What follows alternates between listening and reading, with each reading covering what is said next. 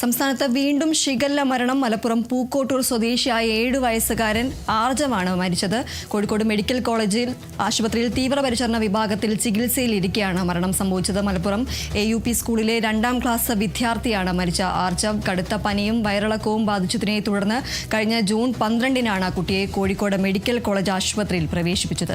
ചികിത്സയിലിരിക്കെ ആരോഗ്യനില വഷളാവുകയും മരണത്തിന് കീഴടങ്ങുകയുമായിരുന്നു.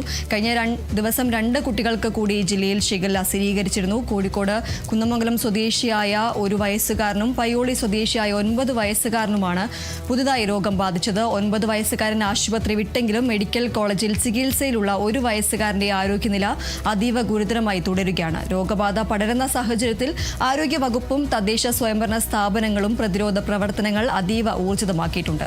ഷിഗല്ല ബാക്ടീരിയയുടെ സാന്നിധ്യം കണ്ടെത്തിയതിനെ തുടർന്ന് തിരൂരങ്ങാടിയിലുള്ള ഒരു ഇളനീർ പാർലർ ആരോഗ്യവകുപ്പ് ഉദ്യോഗസ്ഥർ ഇന്നലെ അടിയന്തരമായി അടപ്പിച്ചു. മലിനമായ ജലത്തിലൂടെയും ഭക്ഷണത്തിലൂടെയും പകരുന്ന രോഗമായതിനാൽ ജനങ്ങൾ അതീവ ജാഗ്രത പാലിക്കണമെന്ന് ആരോഗ്യവകുപ്പ് കർശന നിർദ്ദേശം നൽകി.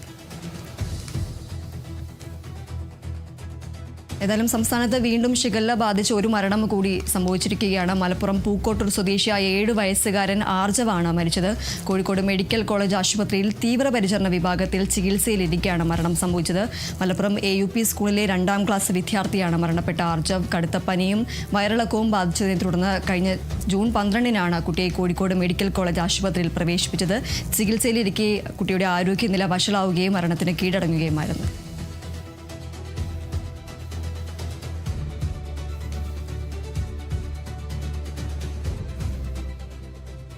കോഴിക്കോട് രാമനാട്ടുകരയിലെ നിപ്പ ബാധിച്ചയാളുടെ നില അതീവ ഗുരുതരമായി തുടരുന്നു. രോഗിക്ക് പ്രതിരോധ മരുന്ന് നൽകി തുടങ്ങി. രോഗിയുമായി സമ്പർക്കം പുലർത്തിയ എല്ലാവരുടെയും പരിശോധനാ ഫലം നെഗറ്റീവാണ്.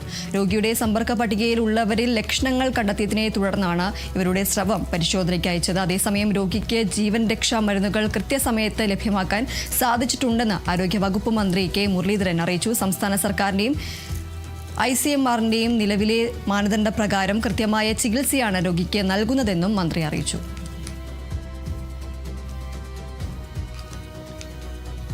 രാമനാട്ടുകരയിലെ നിപ്പ ബാധിച്ചയാളുടെ നില അതീവ ഗുരുതരമായി തന്നെ തുടരുന്ന സാഹചര്യമാണുള്ളത്. രോഗിക്ക് പ്രതിരോധ മരുന്നുകൾ നൽകി തുടങ്ങിയിട്ടുണ്ട്. രോഗിയുമായി സമ്പർക്കം പുലർത്തിയ എല്ലാവരുടെയും പരിശോധനാ ഫലം നെഗറ്റീവാണ് എന്നതാണ് ആശ്വാസകരമായ വാർത്ത. രോഗിയുടെ സമ്പർക്ക പട്ടികയിൽ ഉള്ളവരിൽ ലക്ഷണങ്ങൾ കണ്ടെത്തിയതിനെ തുടർന്ന് ഇവരുടെ സ്രവം പരിശോധനയ്ക്ക് അയക്കുകയായിരുന്നു. എന്നാൽ രോഗിക്ക് ജീവൻ രക്ഷാ മരുന്നുകൾ കൃത്യസമയത്ത് ലഭ്യമാക്കാൻ സാധിച്ചിട്ടുണ്ട് എന്ന് ആരോഗ്യമന്ത്രി അറിയിച്ചിട്ടുണ്ട്. സംസ്ഥാന സർക്കാരിന്റെയും ICMRന്റെയും നിലവിലെ മാനദണ്ഡ പ്രകാരം കൃത്യമായ ചികിത്സയാണ് രോഗിക്ക് നൽകുന്നതെന്നും മന്ത്രി അറിയിച്ചു.